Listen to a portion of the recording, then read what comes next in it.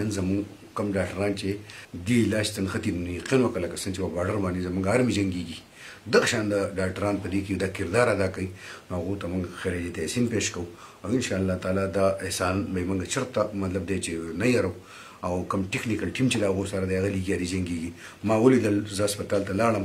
خپل مطلب چې ما د ورو کړه چې کم مطلب چې ناستي او په انتظار وته ناستي چې بار بار زدا سوال کوم چې الله پاک دې چې هیڅ کوم را نشي هغه بیا ناستي هغه په انتظار باندې ناستي بل کلینیکونه مې باندې کړل او ټول مطلب اکټیویټي ختم کړل او دې مریضان ته مطلب چې ځان ریزرو کو هغه ته ناستي نو زما سره دې الفاظ نشته چې زه ډاکټرانو دغه د ټیم دغه ټیکنیشن چې کوم دي دغه چې څومره ټو زد ټیم دی زما خویان دي چې کومې نرسيانې چې څومره په دې مطلب ټو زد ام اس ټي ډي ایچ او دي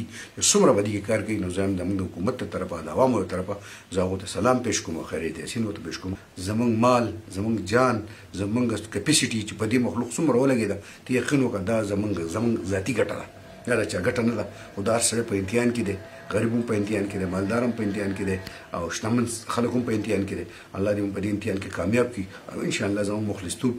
چې موږ مخلص یو موږ سنسیر یو او موږ ایمان مضبوطی ان شاء الله تعالی د دې مرض سره مقابله کوو ان شاء الله تعالی از خپل قوم ته ریکوست کوم چې چا کار نه بازار ته نه راوځي چا چې کار نه په غنو کې نه وځي کیږي د خپل لاس انزل مطلب ډیر زیات حفاظت کوي کوشش کوي چې هر ټیم په صابون باندې لاس انځي چې سره لاس ملوي دا نه چې موږ نفرت کوو خدای یو مطلب دی چې یو وخت راغلی دا چې موږ خپل حفاظت په خپل وکړو دا اسلام موږ ته درس راکړي چې حکمرانان څه خبرې کوي په کار دي چې هغه موږ په خپل کو فالو اپ کو د دې خبرو نه غلا شو چې د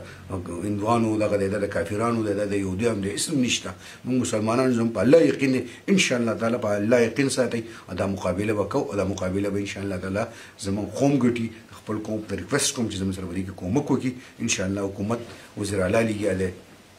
عمران خان لګیا دی هغه ټیمان لګیا دي او تاسو هم زموږ سره ان شاء الله تعالی به جمع لګیا ډاکټران لګیا دي او ډاکټرانو صفت زته ته هم کزنه کوم زما د ځړی کوي ان شاء الله تعالی چې هغه په سخت کې ډیر به تکلیف کړي هغه به ان شاء الله تعالی والله هغه تحفظ به خدای کوي ان شاء الله تعالی حکومت وقف کوي په کار نه چې موږ خپل پاک ته وجوړو توبه وبسو او هر څه د خپل عمل معلوم دی په کار دی چې موږ هغې نه خامل څوک نو هغې نه نور هم خامل شروع کړي او څوک په بدو کې نو هغه هر سړی خپل احتساب ځان سره کولی شي هغه لاړ شي الله پاک ته توبه وباسي الله سره روغ وکړي او د الله قهر چې دی هغه په صدقو باندې واپس کېږي په جړاګانو واپس کېږي په خلوصو واپس کېږي چې بل انسان ته پړه کې کینه بغض نه بل انسان چا دی ول سره ورانې جوړې دی هغه د الله د رضا لپاره معاف کولی نو په کار ده چې موږ لمونځ هم قایم او زکات هم ورکوو او د هغې سره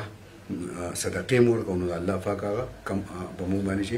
هغه بلاګانې راځي هغه به الله پاک واپس کوي او سبا که د ټول مال زموږ یا ټول جایداد زموږ غړي غړي ودي چې موږ پکې نه یو نو په دې مال څه کوي په دې ودو څه کوي په دې ټول دنیا څه کوي نو په کار دی چې په خپل جمدانه باندې په خپل لاس باندې موږ د غریبو خلکو سره